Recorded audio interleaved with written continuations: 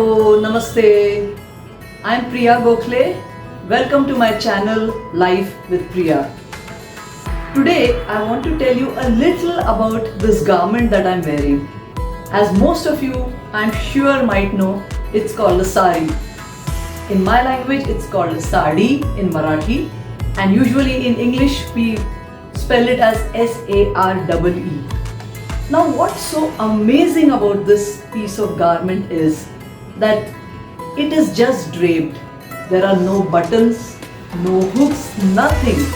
Essentially you can easily say that it's just a piece of a 5-yard long piece of cloth or 6 yards, and it's draped on your body.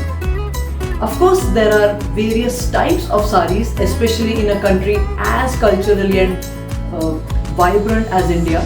For example, we have saris from Kashmir which have a different type of embroidery. We have the Kanjivaram from the southern India which has rich brocade work. We have the Paithanis from Maharashtra which are distinctive for their peacock themes and handmade by weavers still. We have the Patola from Gujarat, we have the Kalamkari, we have the Jamewar from Kashmir, and so many different types of saris, each hailing from one particular state.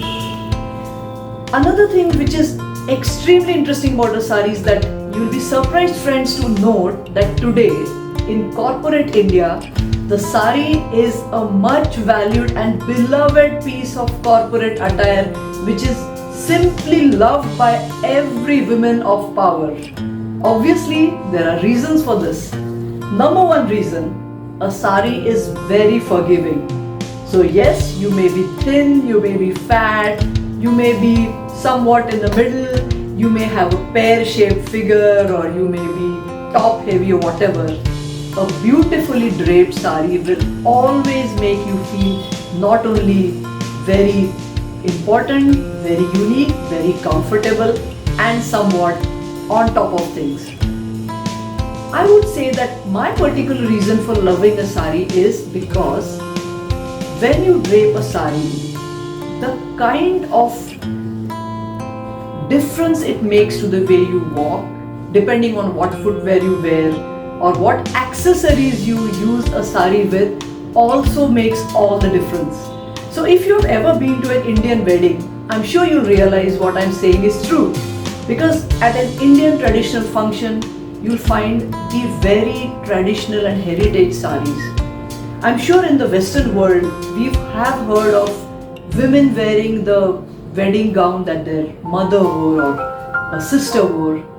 But friends, do you know in India, it is extremely common and in fact a privilege for me to wear a sari which my mother-in-law owns, or which my sister has given to me, or a sari which I wore in my engagement function that's almost 30 years back. I will wear it with pride at a wedding or something like that. So this is an entire chapter all in itself, that we have cupboards full of 30, 40. I know people who have more than 200 saris.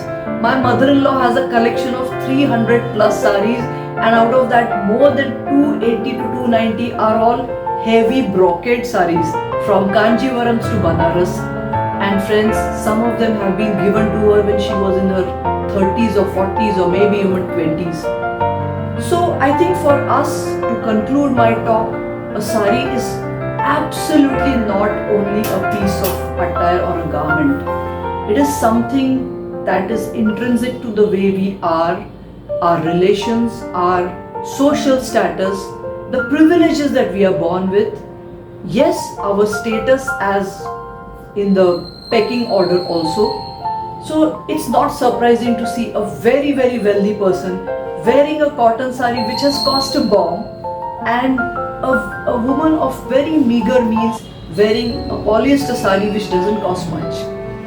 So I just want to say to all of you that for me at least, though I'm often attired in Western wear, there is nothing like a sari which is draped beautifully and properly, teamed up with the right kind of bracelet or a bangle or a necklace, earrings, the correct kind of footwear, And of course, I'll end my talk with a very, very important component which you see on my forehead between my eyebrows, and that's what we call a bindi.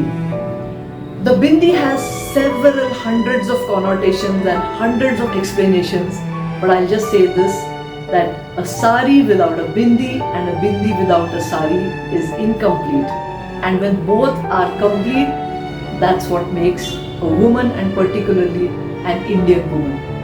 More on this later. Bye.